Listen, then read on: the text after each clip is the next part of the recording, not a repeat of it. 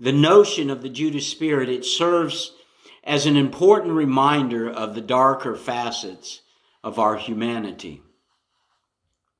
And the spirit, a manifestation of self-serving ambition, operates quite quietly, yet with devastating effects on individuals and communities alike. And so by examining the dynamics of the Judas spirit, we can gain insight into its insidious nature while finding encouragement and empowerment to resist its grip in our life by the power of God the Father, God the Son, and God the Holy Spirit. At the core of the Judas spirit lies a profound problem, if you will. And that's the abandonment of relational integrity in favor of selfish pursuits. The spirit, he literally thrives on deceit, masquerading as commitment and loyalty while engaging in betrayals cloaked in false pretenses. It attacks the very essence of community and trust that binds us all together in our relationships. And so we have to be very attentive to this, because otherwise it will damage us severely. And this is why we must develop an intimate, intense relationship with God the Father. And when individuals succumb to this spirit, they treat relationships not as sacred bonds, but as mere transactional exchanges, if you will. And the emotional and spiritual ramifications are far-reaching, leading to broken trust, disillusionment, and spiritual desolation, and even suicide. And such betrayal often stems from a desire, if you will, to fulfill personal ambitions at the expense of others. It has the attitude, I'm going to do what I want and I don't care. Well, I don't care what God thinks. I don't care what anybody thinks. I'm going to just do what I want, and I'll make it all fit. So reflecting a profound memorial decay is actually the smell of this thing, and it jeopardizes the foundation of all Christian teachings. And it actually captures some of us without us even knowing. And before we know it, we are being destroyed. And as the Judas spirit infiltrates our relationships, it amplifies internal struggles, magnifying unconfessed sins that drive betrayal. This leads individuals to prioritize their agenda over the well-being of others, and even sometimes over the well-being of themselves, as the allure of self-interest distorts moral clarity. And those under the influence of the Judas spirit, they exhibit signs of duplicity, if you will, where their actions contradict their professed beliefs. They position themselves within close circles only to exploit those relationships for personal gain. Each time leading to spiritual fragmentation and great loss. This evil spirit can split churches at a drop of a hat. And the irony is that the very relationships they betray could have offered genuine connection, support, and growth. And this is the first sign that this is a demon control, because what they do is they find solace in shallow interactions, trading depth for convenience, which only deepens their spiritual void that they often call spirituality. And I I want to tell you about a story, and I'm going to change the name to protect the guilty. I want you to consider the story of a young church leader named David. David was passionate about his role and genuinely cared for his congregation. However, he unknowingly began to attract individuals with the Judas spirit. These were people who sought to elevate their status through him rather than serve his vision. They were using him to catapult them within the church.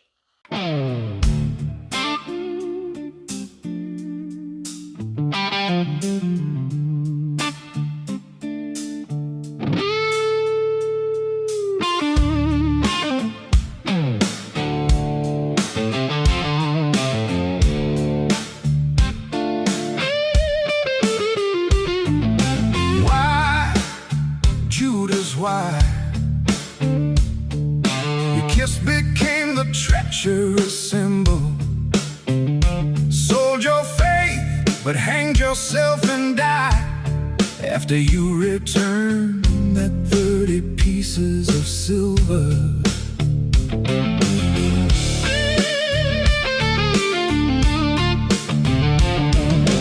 Why, Judas, why? You have a big crisis for money, a sick parent, a child, perhaps to cure their pain. But 'twas cut in the story. You returned the dazzling silver. Might they've never fulfilled their promise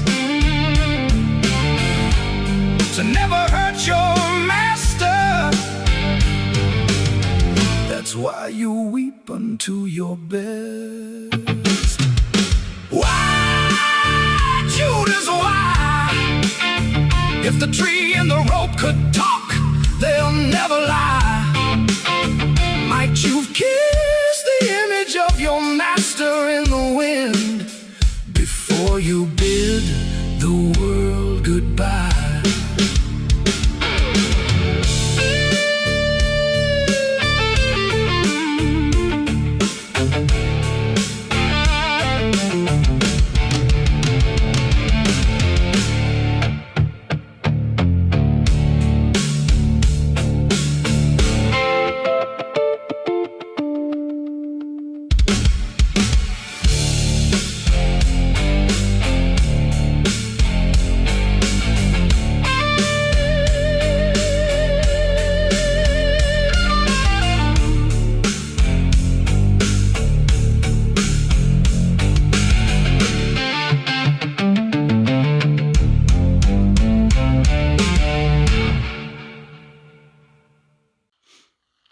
And soon flattery quickly turned to manipulation.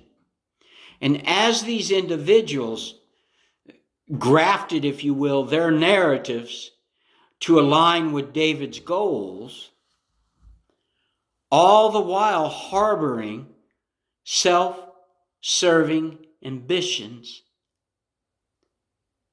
David began to lean on these relationships because he failed to see the red flags, mistaking betrayal for camaraderie, for fellowship.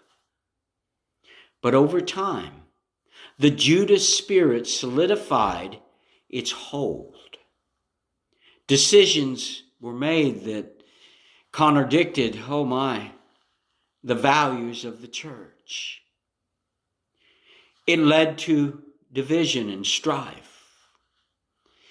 And David's integrity was tested as he grappled with the aftermath of these betrayals from those he once considered allies. It devastated David. It almost cost him to leave the ministry.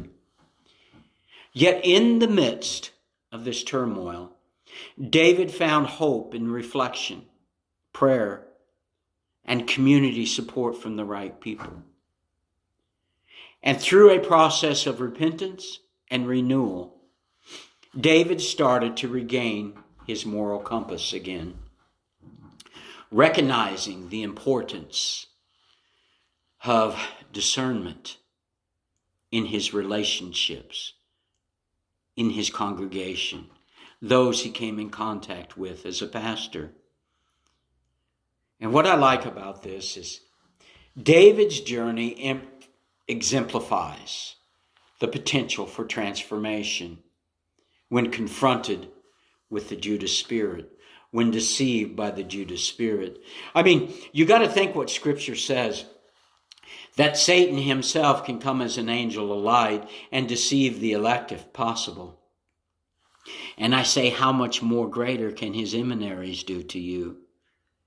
You see, it starts with self-awareness. And it starts with an understanding of biblical principles, which must always dictate the importance of loyalty, honesty, integrity, types of relationships in our lives as leaders. And as David sought restoration, he learned literally to discern the true intentions of others, allowing him to embrace authentic relationships while setting healthy boundaries in all others. This journey also allowed David to cultivate a deeper relationship with God that made him a greater shepherd, serving as his anchor amidst the chaos of betrayal. And I will tell you, brothers and sisters in Christ, transformation is not merely a personal endeavor, but one that does require community support and accountability.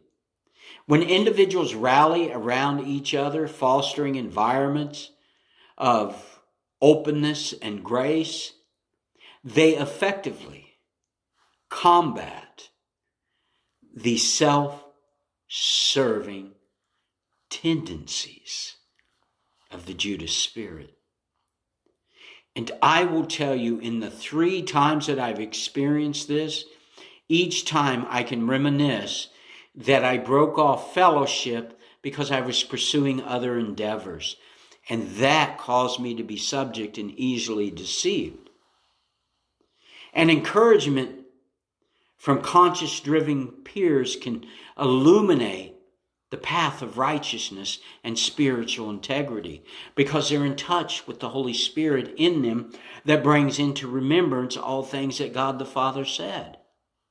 And in tackling the challenges posed by the Jewish spirit, we must offer acceptance, transparency, and love.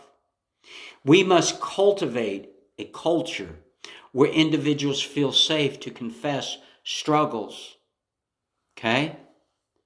that foster an atmosphere of grace rather than judgment. We have to be careful, because we can help set roadblocks, stumbling blocks, if you will, before another brother and sister if we're not cautious. And so when we initiate dialogue centered on accountability, we not only guard ourselves against harm wrought by the Judas spirit, but also create spaces for healing and restoration for others and ourselves. And focusing on service to others and prioritizing the collective good over individual gain always builds a resilient community fortified against betrayal. And by rooting ourselves in biblical teachings and recognizing the fruits of the Spirit, you and I can equip ourselves to resist the pull of that Judas spirit. Engaging in prayer, scripture study, and fellowship can illuminate our paths, can strengthen our drive, guiding us towards authenticity in both our relationships and our walk with God. And this is so essential This is why it is essential for all of us to find a place to go worship and fellowship. So as you and I navigate our relationships in our communities, let us continue to remain vigilant against the insidious tactics of the Judas spirit, acknowledging that betrayal often lies within close circles, often surprising us when it comes from those we least expected. And that was definitely my last journey. And that taught me a great lesson. And I praise God for that. I'm still hurt. I'm still bruised by it, but I'm not moved by my hurt. I'm not guided by my bruise, but I'm guided by God the Father, God the Son, and God the Holy Spirit. So that helps me to hold fast to my moral convictions, and it helps me to seek the company of individuals who edify rather than exploit. So we must foster relationships built on mutual respect, love, and a shared commitment to Christ Jesus. So guess what, brothers and sisters?